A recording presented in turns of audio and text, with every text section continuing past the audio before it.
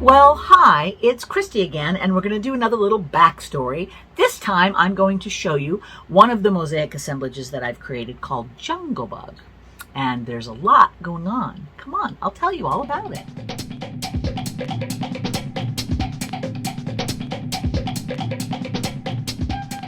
Let's talk about this piece, shall we?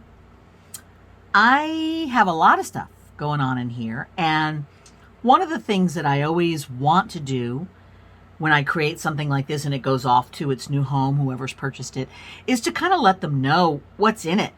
Because sometimes this is a little journey of some of my explorations and stuff that I've found here and there. So I thought this is a good way of just sort of going through a piece and kind of explaining what is in it, what my thoughts were behind how I did it, and just, you know, share that stuff with you guys. So this is a mosaic assembly piece, and it's something that I really love doing. I love putting together stuff like polymer clay that I've created with other bits and pieces from my stash to come up with something that's an artistic sculptural wall piece, which is what this is. So this one's got a bunch of stuff going on, and it all started with this little piece right here. So as you can tell, this is a polymer clay, kind of like a flower bud, right? And as I made it, I incorporated some of these really cool pearls into it, these big, giant, crazy pearls.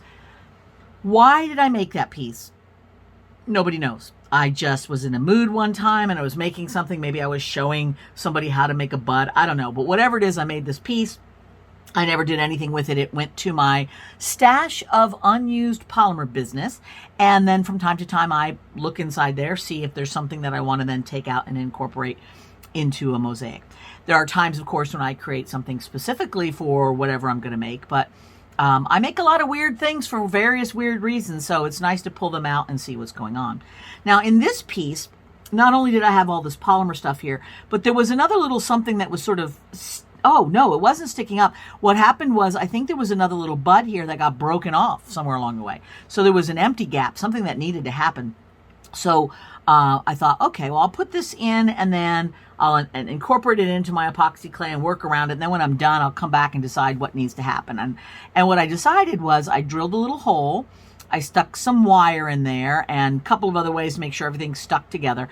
And then put this epoxy clay wad on here that I've covered with little stones and these sort of vintage tube beads that have like striations on them so they catch the light really well. So I thought this is kind of like almost like a leftover seed pod or something. Here's the blooms, including pearl for whatever reason, and then this is a seed pod that's left after it's bloomed. I thought it was fun at the time. I like it. I stand by my decision. Anyway, so I've incorporated this. Then to give this a bit of look of like a stem, I wasn't going something super realistic, but just the idea that this flower is on a stem. I had a couple of different things that I used, including this piece of Druzy here. Now, Druzy is when little tiny crystals form on the inside, usually of like a geode or something, but like a pocket. So when crystals are being made, sometimes the conditions are just right to where a whole bunch of little crystals all cluster in this wonderful way that they call Druzy.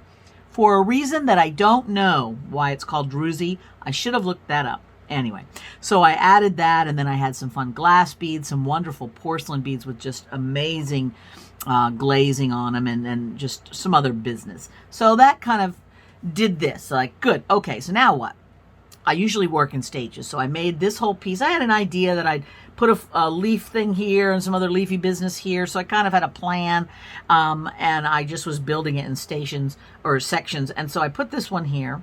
And then I thought, well, why don't I make sort of like the hint of a leaf over here just by using a mosaic-y style. So this is incorporating seed beads as well as little glass stringers. Stringers are really cool. They're when someone who's doing lampwork glass grabs with a tool a little rod of glass. I think it comes in, I think they're called rods, and you heat it all up with the torch, and then you pull it and it gets this long stringy piece that then can be used in other things. Well, I have a friend who gives me some of their scraps and excesses, so I have parts where the blobby part is and then just other bits, and I just break that all up and use it to make these little leafy kind of shapes, right? Now, since I had pink and green in here, I thought, well, let's go with an overall pink and green theme. and then the bug came later to add a little pop of color. But I started using some Swarovski crystal, all in the intermediary places. I had some wonderful glass dagger beads. Aren't those awesome? So those needed to be incorporated. So there's just like a little stem of tube beads and then the dagger beads. This is a really cool stone. I forget what it's called. I think it's called like thulite. I will look it up and make sure I have it written as you are watching this. But I just loved that pinkness, and I had a bunch of those, so that got incorporated in there. Some carved shell leaves. And then I've acquired a really wonderful little stash from my friend Marcia Neal, who's a ceramic artist, and she does a lot of pendants and things like that. And she occasionally will have pendants that are good, except for there's like one little flaw. Maybe the glaze went weird or something stuck to something else. So she allowed me to buy from her some of these seconds so that I can smash them all up and add them to my pieces. But I just love those little circular bits, and I think they add a lot of fun, a lot of visual excitement. Other little carved shells and things. Now this thing is neat, don't you think? What the heck is this?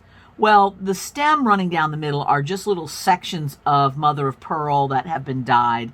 You know, the lip of like an abalone type or whatever shell, cut and tumbled and then dyed. You can find those. Some places usually they have an end hole in them to be used as beads, but I liked those. But I thought, okay, that'll be my stem. And then this stuff, isn't this neat?